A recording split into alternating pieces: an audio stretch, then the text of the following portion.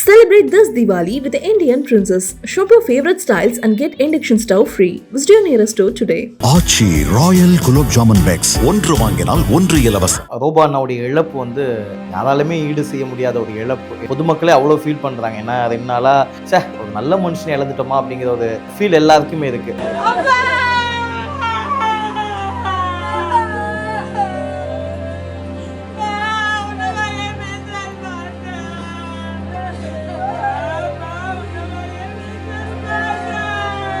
Last அந்த comedy கஜானான்னு ஒரு show, அண்ணால உட்கார முடியலையா, அது கண்ணுல இருந்து கண்ணீர் வந்துட்டு இருந்திருக்கு ரோபோனாக்கு. அப்ப அக்கா கேட்டிருக்காங்க, ஏன் ரோபோ உங்க உடம்பு இவ்வளவு ஹெல்த் வீக்கா இருக்குல்ல, நீங்க ரெஸ்ட் எடுக்க வேண்டியதானே. அவங்க சொன்ன வார்த்தை, இல்ல டார்லிங் நான் வீட்டுல இருந்தா எனக்கு இந்த காசு யாரு கொடுப்பா, எனக்கு கமிட்மெண்ட் இருக்குல்ல. அப்போ அவர் எவ்வளவு கமிட்மெண்ட்டை வச்சுட்டு வேலை பார்த்திருக்காரு அப்படிங்கிற விஷயம் நம்ம தெரிஞ்சுக்கணும். கடைசி வரைக்கும் உழைச்சிட்டு இருந்திருக்காரு. அன்னை கலைமாமணி விருது ஒன்று வாங்கியிருப்பாங்க. அந்த செயின் ஒன்று பார்த்துருப்பீங்களா, நீங்கள் பார்த்தா தெரியும். ரோபோ சங்கருடைய எல்லா ஃபங்க்ஷன்லையும் அவருடைய கழுத்தில் ஒரு செயின் இருக்கும். அந்த செயினை ஒரு இன்னைக்கு இல்லை 3 மாதத்துக்கு முன்னாடியே கிட்டத்தட்ட 2 லட்சம் ரூபாய்க்கு அடகு வச்சிருக்காங்க. ரோபோ சங்கருடைய அவங்க மனைவி வந்து இந்த இறுதி ஊர்வலங்களில் நடனமான விஷயம் வந்து ரொம்ப வீடியோலாம் வைரல் ஆகி பயங்கரமாக பேட் கமெண்ட்ஸும் வந்துச்சு, விமர்சனங்கள் நிறைய இடங்கள்ல வந்து பார்த்துருந்துச்சு. எனக்கு தெரிஞ்சு இதை இங்கே விமர்சனமாகவே எடுத்துக்க கூடாது. ஏன்னா இன்னைக்கு நான் இந்த இன்டர்வியூ கொடுக்க வந்த காரணம் என்னன்னா, தொடர்ந்து நிறைய சமூக வலைதளங்கள்ல யாரோ என்னென்னமோ இன்டர்வியூ கொடுக்குறாங்க. ஒரு இறப்புங்கிறது எவ்வளவு பெரிய துக்கம், இந்த துக்கத்துல இருந்து நீங்க எப்படி வெளியே வரணும் தான் பார்க்கணும், தாண்டி இதை ஒரு ப்ரொமோஷனாவோ ஒரு பப்ளிசிட்டியாவோ எடுத்துக்கிட்டு நிறைய பேர் வாய்க்கு வந்தபடி என்னென்னவோ பேசிட்டு இருக்காங்க. ஆனா காலையில வந்து சில கேரக்டர் என்ன பண்ணுதுன்னா, நாங்க தான் இந்த டெத்ல இருந்து நாங்க எல்லாமே பார்த்துக்கிட்டோம் சொல்ற யாருமே அந்த உடலை தொடதுக்கு வரல, அந்த உடலுடைய ட்ரெஸ் சேஞ்ச் பண்ண வரல. இவங்க எப்போ வந்தாங்க தெரியுமா? நீங்க இந்த வீடியோ, அவருடைய டெத் வீடியோ எல்லாமே நீங்க திரும்ப ரிப்பீட் போட்டு பாருங்களேன். யாராவது பெரிய பிரபலம் வருவாங்க. கமலஹாசன் சார் வந்தாங்கன்னா கூட வந்து நிற்பாங்க, பாண்டியராஜன் சார் வந்தாங்கன்னா கூட நிற்பாங்க. ஃபீல் பண்ற மாதிரி சில விஷயங்களை காட்டிக்கிட்டு வெளியேன்னா எல்லாத்தையும் நான் தான் பார்த்துக்கிட்டேன். இது சார் வணக்கம் சார். வணக்கம். துக்கமான நிகழ்வு, யாரும் எதிர்பார்க்கல. மரணம் இந்த வயசுல இவ்வளோ சீக்கிரமாக நெருங்குங்கிற அந்த விஷயத்தை வந்து யாரும் எதிர்பார்க்கல. நிறைய மரணத்தை தாண்டி அவருக்கு மரணம் அடைஞ்ச பின்பு நிறைய மர்மங்கள் தான் சுத்துது. நீங்கள் இன்னைக்கு சோசியல் மீடியா எடுத்தோம் அப்படின்னா ரோபோ சங்கரை பற்றி நிறைய விஷயங்கள் வந்து தொடர்ந்து பேசப்படுது. அதாவது அவர் எப்படி இறந்தாருன்னு கூட சிலருக்கு உண்மை தெரியாது.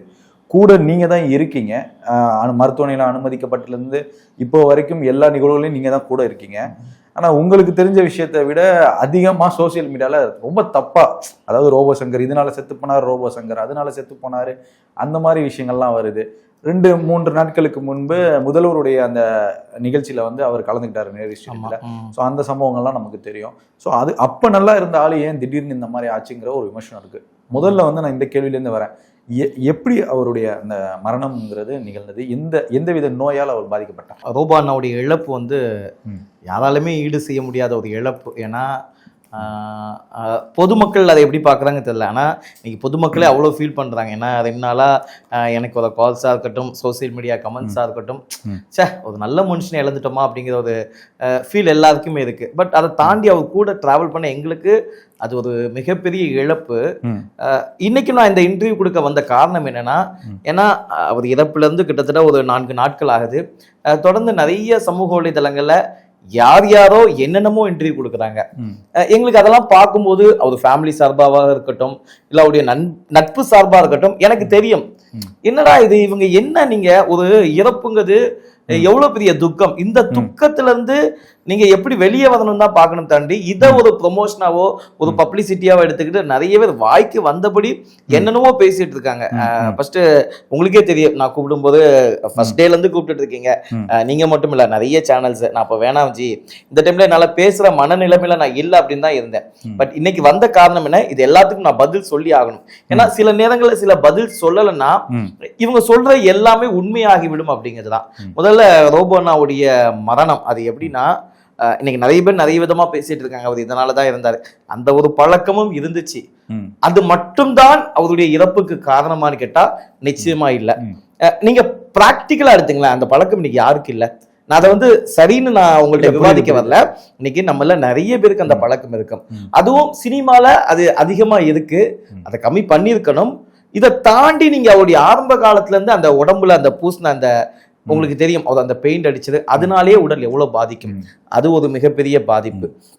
இதை தாண்டி நீங்க ரோபோவை பாத்தீங்கன்னா செம்ம ஆக்டிவா இருப்பார் தெளிவா.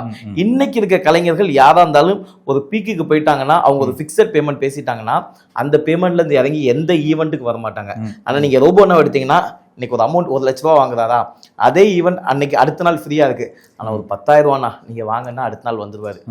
ஏன் அப்படின்னா, தம்பி நான் இன்னைக்கு சும்மாதானப்பா இருக்கேன், எனக்கு அந்த காசு முக்கியம் இல்லையா அப்படின்ட்டு 24 மணி நேரம் உழைச்சிக்கிட்டே இருப்பாரு. இன்னொன்னு அதிகபட்ச டிராவல் ப்ரோ. இப்ப நீ உங்களுக்கு தெரியும் ஒரு மீடியால இப்ப நீங்க இன்டர்வியூ தான் உங்களுக்கு பெரிய வேலை இருக்காது. நான் ஓப்பனா சொல்றேன், நீங்க வரீங்க ஒரு ஸ்டுடியோ உட்காந்து இன்டர்வியூ எடுக்கிறீங்க, இதை தாண்டி நீங்க நைட்டு போய் வீட்டுல உட்காந்து ப்ரிப்பேர் பண்ணுவீங்க. ஆனா இந்த மேடை கலைஞனுக்கு என்ன கஷ்டம் அப்படின்னா, இங்க இருந்து நாங்க திடீர்னு மதுரை போனோம், மதுரையில இருந்து அடுத்த நாள் திடீர்னு கோயம்புத்தூர் போனோம், திடீர்னு கோயம்புத்தூர்ல இருந்து மலேசியா போனோம், இப்படி பலதரப்பட்ட சிச்சுவேஷன் இருக்கு. இவங்களுடைய அலைச்சல், டயர்டு, இது எல்லாமே சேர்ந்து அவருடைய மரணத்துக்கு ஒரு காரணம். இதெல்லாம் தாண்டி அவர் ஒரு பழக்கத்திலிருந்து அந்த அக்கா கூட இருந்து அவங்களை காப்பாத்தி வெளியே எடுத்துட்டு வந்தாங்க. வந்த ரோபோ சங்கரை எத்தனை மீடியாக்களும், எத்தனை சினிமா துறைகளும், எத்தனை தொலைக்காட்சியும் சிகப்பு கம்பளம் விரிச்சு வரவேற்றாங்க. உண்மையை சொல்லுங்க, இன்னைக்கு அப்படி இப்படின்னு ஃபீல் பண்றாங்களே, இந்த மீடியா அவங்களுக்கு வேலை வாய்ப்பு கொடுத்துச்சா? எந்த மீடியாவது வேலை வாய்ப்பு கொடுத்தா?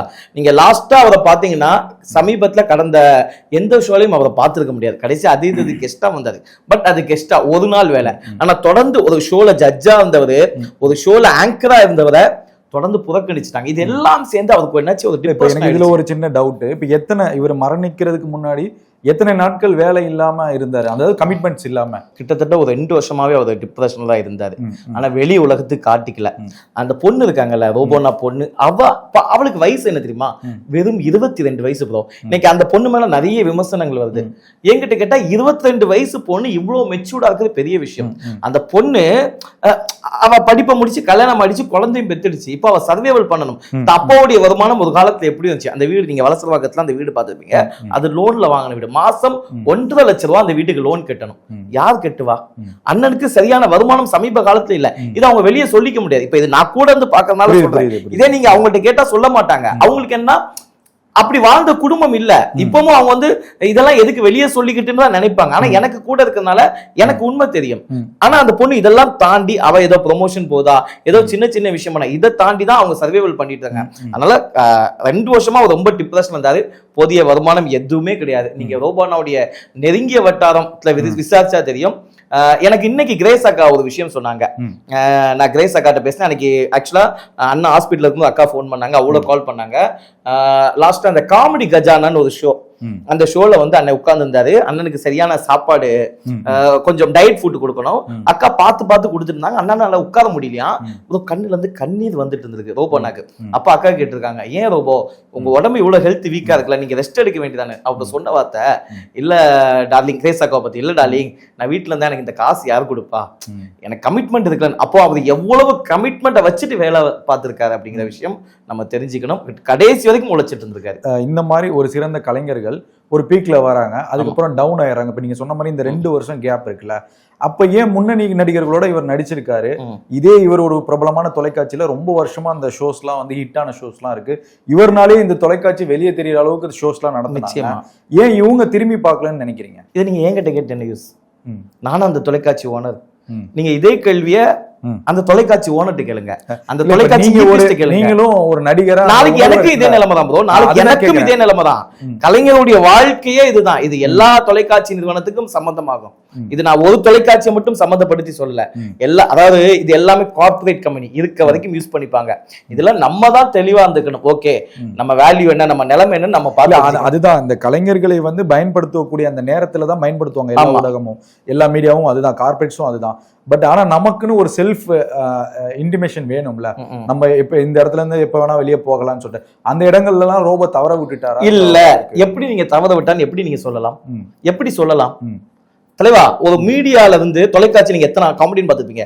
கலைமாமணி அவார்டு வாங்கினது யாரு சொல்லுங்க பாப்போம். சொல்லுங்க, நீங்க சொல்லுங்க பிரதர்.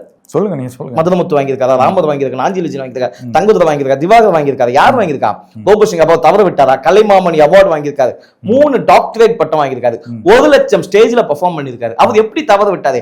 இதை தாண்டி இன்னைக்கு விஜய் தொலைக்காட்சியில ஒரு காமெடியனா வந்து ஒரு மிமிக்ரி பெர்ஃபார்மர் வந்து யாருமே பண்ணாத அளவுக்கு அத்தனை திரைப்படம் பண்ணியிருக்காரு. தளபதி கூட பண்ணியிருக்காரு, தலை கூட பண்ணியிருக்காரு. அப்படி எப்படி தவற விட்டான்னு சொல்லலாம்.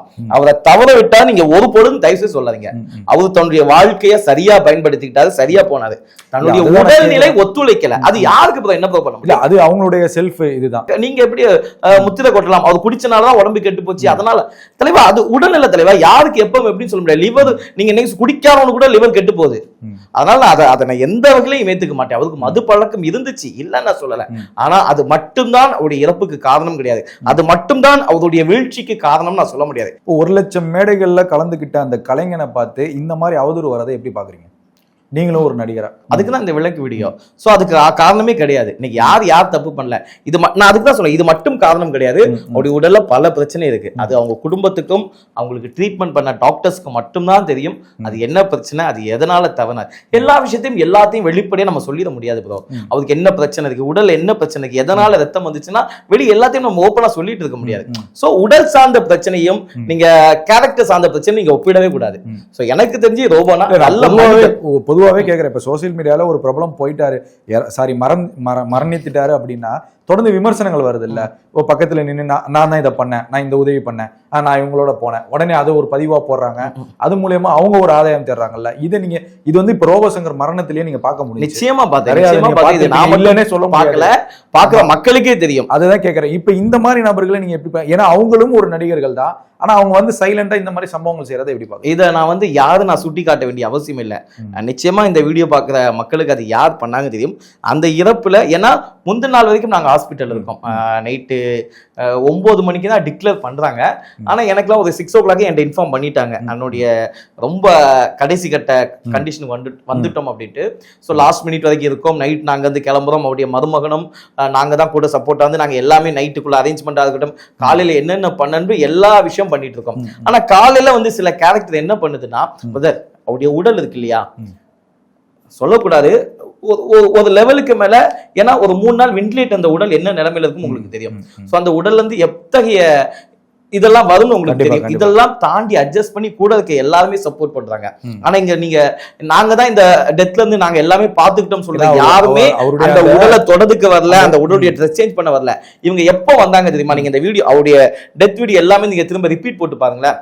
யாராவது பெரிய பிரபலம் வருவாங்க. கமலஹாசன் சார் வந்தாங்கன்னா கூட வந்து நிப்பாங்க, பாண்டியராஜன் சார் வந்தாங்கன்னா கூட நிப்பாங்க, தனுஷ் சார் வந்தாங்கன்னா கூட. இப்படி மிகப்பெரிய பிரபலங்கள் வரும்போது எல்லாம் இந்த கேரக்டர் எல்லாமே கூட வந்து நின்று ஃபீல் பண்ற மாதிரி சில விஷயங்களை காட்டிக்கிட்டு வெளியே எல்லாத்தையும் நான் தான் பாத்துக்கிட்டேன். இது அவங்களுக்கே கொஞ்சம் நினைச்சு பார்க்கணும். இதை நம்ம பேசி ஒண்ணும் ஆக போறது இல்லை. ஆனா அந்த குடும்பத்துக்கு தெரியும், அவங்க கூட இருக்கவங்களுக்கு தெரியும், அவ்வளவுதான். இதன் மூலியமா ஒரு ஆதாயம் தேடுறது இருக்குல்ல. இப்ப சோசியல் மீடியா ஒரு அபாயகரமான சூழல்ல போயிருச்சா? ஒருத்தர் இறந்தும் அவரை பற்றி, அவருடைய ஜாதகத்தை பற்றி, அவருடைய குடும்பத்தை பற்றி எல்லாம் விமர்சனங்கள் தொடர்ந்து வருது இல்ல. சில ஜோசியர்களே வந்து விமர்சனம் வைக்கக்கூடிய சூழல்லாம் பார்க்க முடியும். நீங்க ரோபோசங்கரோட நீண்ட காலம் இருக்கீங்க, நீங்க ரோபோசங்கர்னு ஒதுக்கி வச்சிருங்க, ஒரு நடிகரா உங்களுக்கு என்ன தோணுதுங்கிற இதுக்கு காரணம் நீங்க கேட்கறது ஏன் இவங்க இந்த மாதிரி பண்றாங்க காரணம், அதுக்கு காரணம் உங்க மீடியா தான். நீங்க அந்த உடல் இருந்துச்சு இல்லையா, அந்த உடல் பக்கத்துல நீங்க எந்த கேமராவும் இல்லாம இருந்து பாருங்க, அது பக்கத்துல யார் உண்மையானவங்க அன்னைக்கு தெரிஞ்சுக்கும். நீங்க அந்த உடல் பக்கத்துல அவங்க ஃபேமிலி பக்கத்துல கிட்டத்தட்ட சுத்தி ஒரு 45 கேமரா இருக்க போய் தான் இவங்க எல்லாருமே அவங்க வந்து அவ்வளவு தள்ளு முள்ளு கூட்டம் அழுகிறது, இந்த மாதிரி சீன் கிரியேட் பண்றது, தான் தான் எல்லாம் பண்றதுங்கிற ஒரு சீனை கிரியேட் பண்ணிட்டாங்க. நீங்க அங்கிருந்து கேமரா எடுத்துட்டு போய் எங்கேயோ வச்சு பாருங்களேன், இந்த பக்கம் யாருமே வந்திருக்க மாட்டாங்க. அது காரணம் மீடியா தான். ஏன்னா இவங்க எல்லாருக்கும் தெரியுது நம்ம இங்க வந்தா மீடியா வெளிச்சம் கிடைக்கும் அப்படிங்கிற மாதிரி இந்த இடத்த அதை பயன்படுத்திக்கிறாங்க. பட் இது மக்கள்கிட்ட என்னைக்காவது ஒரு நாள் மாட்டிப்பாங்க இல்ல. அதே போல இப்போ அந்த ஊர்வலம் கொண்டு போற அந்த வாகனம் இருக்குல்ல, அதுலயே சர்ச்சை வந்துச்சு நிறைய. அது சம்பந்தமா நீங்க சொல்லலாம். இதை நான் எப்படி சொல்ல முடியும்? ஏன்னா என்ன இருந்தாலும் நானும் உங்களை மாதிரி வெளியே இருந்து தான் வேடிக்கை பார்க்கலாம். அந்த குடும்பத்துக்குள்ள ரொம்ப மூக்கெல்லாம் நுழைக்க முடியாது. ஏதோ எனக்கு பழக்கம், எனக்கு ஒரு குடும்பமா, எனக்கு ஒரு அப்பாவா, எனக்கு ஒரு அம்மாவா, எனக்கு ஒரு அண்ணனா அண்ணியா எல்லாமே இருந்து செஞ்சாங்க.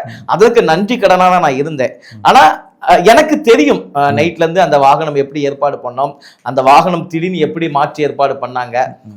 பண்ணிக்கிட்டு சில பேர் தெரியாம அதுதான் அவர் தான் கூட இருந்து பண்ணாங்க, இவர் தான் கூட இருந்து பண்ணாங்கன்னு சொல்லும்போது இதெல்லாம் பார்த்துட்டு சிரிக்கிறத தவிர வேற வழியே தெரியல. ஏன்னா இந்த துக்க நேரத்திலையும் இந்த மாதிரி சில விஷயங்கள் பண்ணிட்டு இருக்காங்களே, அதை கடந்துதான் போகணும். இதுல நம்ம நின்றுகிட்டு இருக்க முடியாது, அவ்வளவுதான். ஏன்னா அடுத்த கட்ட வேலைகள் எல்லாருக்குமே இருக்கு. அதே போல இரு பெரும் கலைஞர்கள், இதுக்கு முன்னாடி வடிவேல் பாலாஜியா இருக்கட்டும், ரோபோ சங்கரா இருக்கும், 2 பேருமே வந்து இந்த செப்டம்பர் மாசம் மரணிச்சிருக்காங்க.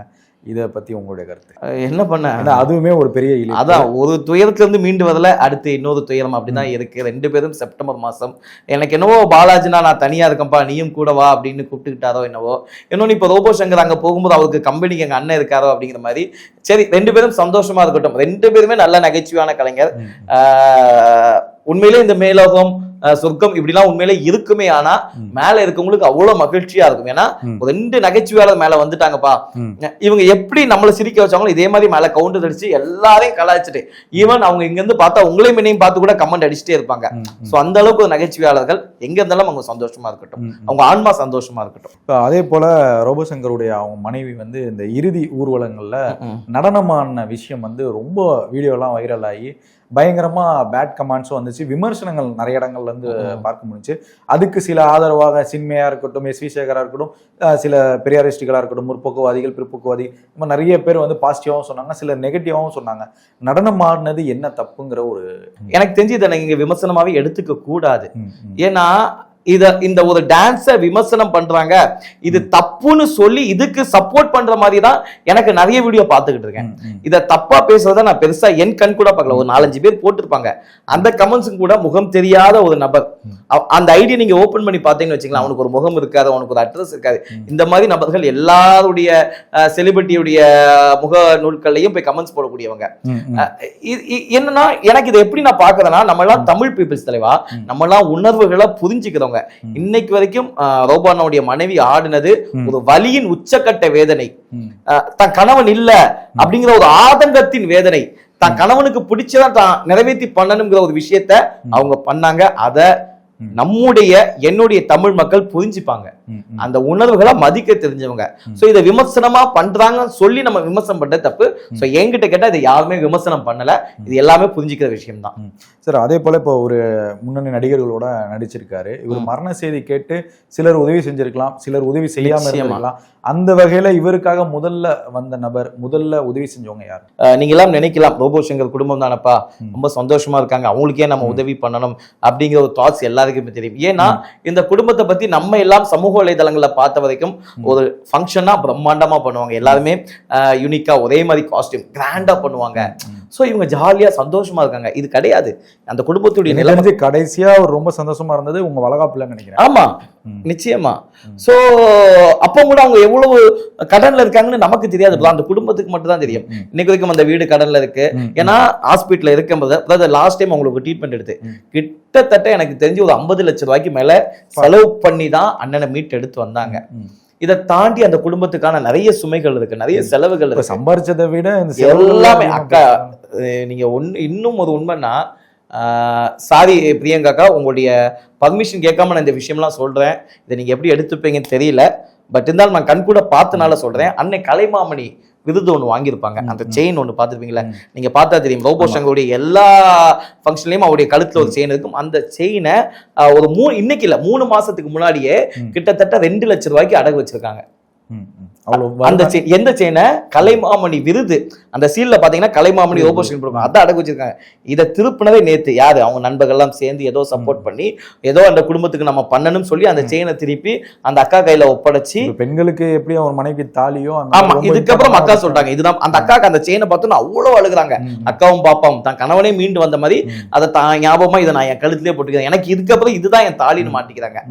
இது எதுக்கு சொல்லலாம், அந்த குடும்பம் அவ்வளவு பிரச்சனை இருக்கு. இன்னைக்கும் அன்னைக்கு நீங்க எத்தனாம் தேதி இருந்தாங்க? 19 கரெக்டா 19ஆம் தேதி ஈவினிங் ஹாஸ்பிட்டலுக்காக பேமெண்ட் பண்ணு சொல்லி இந்திரஜாவெல்லாம் எப்படி பார்த்துருக்கேன், என்னுடைய தங்கையா பார்த்துருக்கேன், அவளை கலகலன்னு பார்த்துருக்கேன், தைரியமான. அவ கையில பாத்தீங்கன்னா 10 வருடம் அத்தனை மோதிரம் போட்டிருப்பா. கார்த்திக் ப்ரோ என்னுடைய மச்சான், அவரு இந்த கையில பிரேசில் போட்டிருப்பாங்க. காசு ஹாஸ்பிட்டல் காசு இல்லைன்னு சொல்லி கையில இருக்க நகை, இவர் கையில போட்டுக்க பிரேசில், பிரியங்கா கழுத்துல போட்டிருக்க தாலி கொண்டு கழட்டி கொடுக்குறாங்க, கொண்டு வித்துரு. நான் அப்பவும் நான் பக்கத்துல இருக்கேன், நான் சொல்றேன் அக்கா தயவுசெய்து கழட்ட வேணாம், நான் ஏதாவது ஹெல்ப் பண்றாங்க, என்னால முடியல, நான் யாருக்கிட்டையாவது கேட்டு வாங்கியாவது உங்களுக்கு ஹெல்ப் பண்றேன். அப்ப இந்திரஜா சொன்ன ஒரே வார்த்தைன்னா, எங்க அப்பா எங்களை அப்படி விடலன்னா நாங்க அப்படி அடுத்தவங்கள்ட்ட கை நீட்டி வாங்கி நாங்க பண்ணலன்னா பரவாயில்ல, எங்க அப்பா எங்களுக்கு கொடுத்துருக்காரு, நாங்க இருக்கு. நான் அப்பவும் சொல்றேன், அம்மா தயவு செய்து விற்காத, தயவு செய்து விற்காத, உன் காலில் விழுகுதுன்னு சொல்லி அக்காவுடைய தாலி செயினை மட்டும்தான் அந்த நேரத்துல என்னால சேவ் பண்ண முடிஞ்சது. அவ்வளவு மத்த எதையுமே என்னால சேவ் பண்ண முடியல. கையில இருக்கிறது, கழுத்துல இருக்கிறது எல்லாத்தையும் நான் பாக்குறேன், கண் கூட பாக்குறேன். அவருடைய பிரேஸ்லெட், பாப்பாவுடைய காப்பு கீப்பு கம்மல் எல்லாத்தையும் கழட்டி கொண்டு வித்துதான் அந்த குடும்பத்தை பாக்குறாங்க. சோ பொருளாதார ரீதியா அந்த குடும்பம் ரொம்ப பின்தங்கிய நிலைமையில தான் இருக்கு. நல்லா வாழ்ந்தாங்க, ஆனா நிறைய கடன் சுமை, அண்ணனும் நிறைய கடன் வாங்கி வச்சிருக்காரு. சோ அந்த நேரத்துல நாங்க சில சர்க்கிள் மூலமா, நீங்க விஜய் சேதுபதி ரசிகர் மன்ற தலைவர் பிரசாத் அவர் மூலமா நாங்க, ஏன்னா இது கூட அந்த குடும்பத்துக்கு தெரியாது, அந்த குடும்பத்துக்கு தெரியாதா, ஏன்னா இந்திரஜா பார்த்தா என்ன திட்டுவா. அப்பவும் பிரியங்கா அக்கா சொல்றாங்க என்கிட்ட, நான் தயவு செய்து விட்டுரு, தயவு செய்து வாங்க. ஆனா எனக்கு மனசு கேட்காம சரி ப்ரோ கூட இருக்கும்போது ஏதாவது ஒரு சப்போர்ட் பண்ணணும்னு சொல்லி போன் பண்ணி கேட்கும்போது விஜய் சேதுபதினா இமிடியேட்டா ஒரு 1 lakh கையில கொடுக்கல, டைரக்டா ஹாஸ்பிட்டலுக்கே பில் பே பண்ணாங்க. அது ஏதோ ஒரு சப்போர்ட்டிவா இருந்துச்சு. அடுத்து கலா மாஸ்டர் அந்த வகையில அவங்களும் தனக்கு தெரிஞ்சவங்க ஒருத்தங்களுக்கு கால் பண்ணி ஏதோ ஒன்று சப்போர்ட் பண்ணி சொல்லி ரோபோனாக்கு தெரிஞ்சவங்க தான், அவங்களும் மூலமா சப்போர்ட் பண்ணாங்க.